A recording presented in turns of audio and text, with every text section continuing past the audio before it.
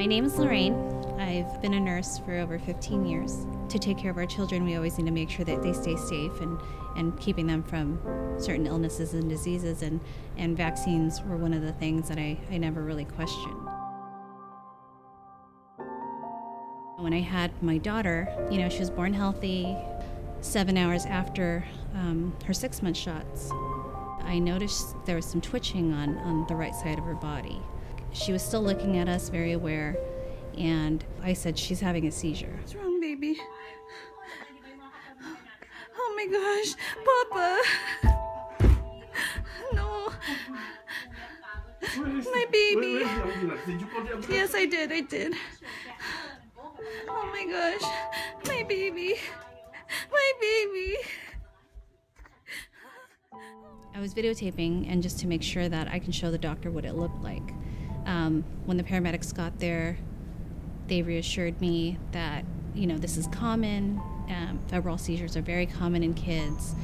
We go to these calls all the time. Don't worry about it. Lab work, everything was clear. So no reason for that seizure other than having vaccines earlier that day.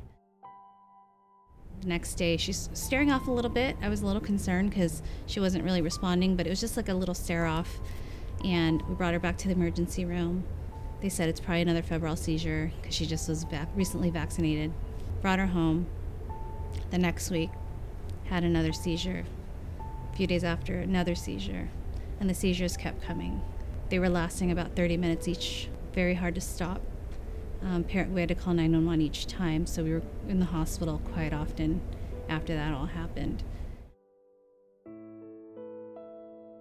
It's the worst situation you could see your child in. It's like they're malfunctioning. Baby. My baby. It's okay, babe. It's okay. Just stay there.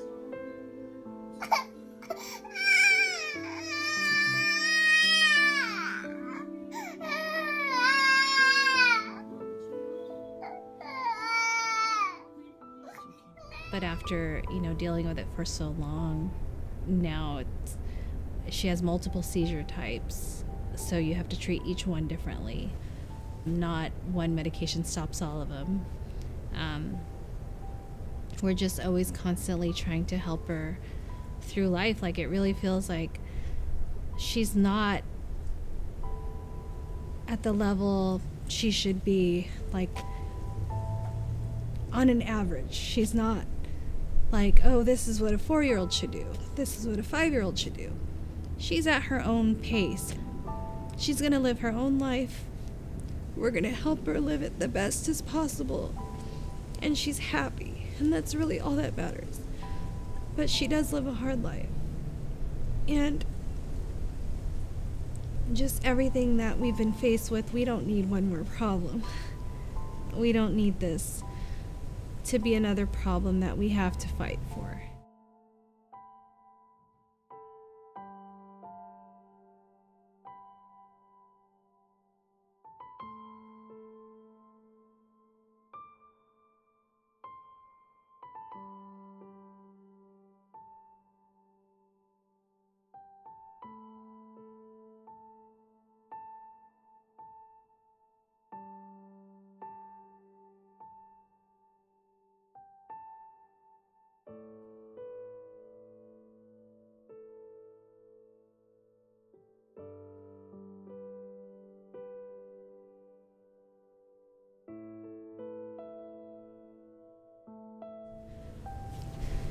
We're already fighting for her life. Period. Every single day. We don't want to have to fight for her right to go to school, to learn, to be with all the other children, which she deserves. I don't think we did anything wrong to get to where we are with her today. We actually did what we were supposed to do. And I think that's what all these parents believe they're supposed to do.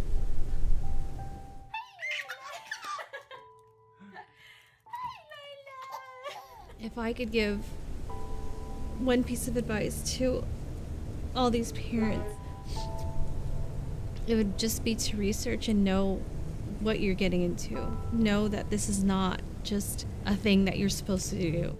what your doctor is telling you with immunizations, there is a choice. It's just like any other medical procedure.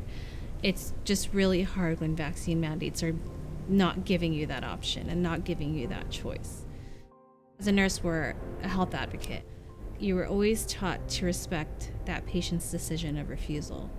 It just makes it hard because we're painted as bad people because they're thinking that we're the people that choose not to vaccinate for God knows what reason, or just for no reason at all. And we're actually trying to save our own children, and we're trying to save others and let them know that this procedure does carry risks. Look what it did to our children.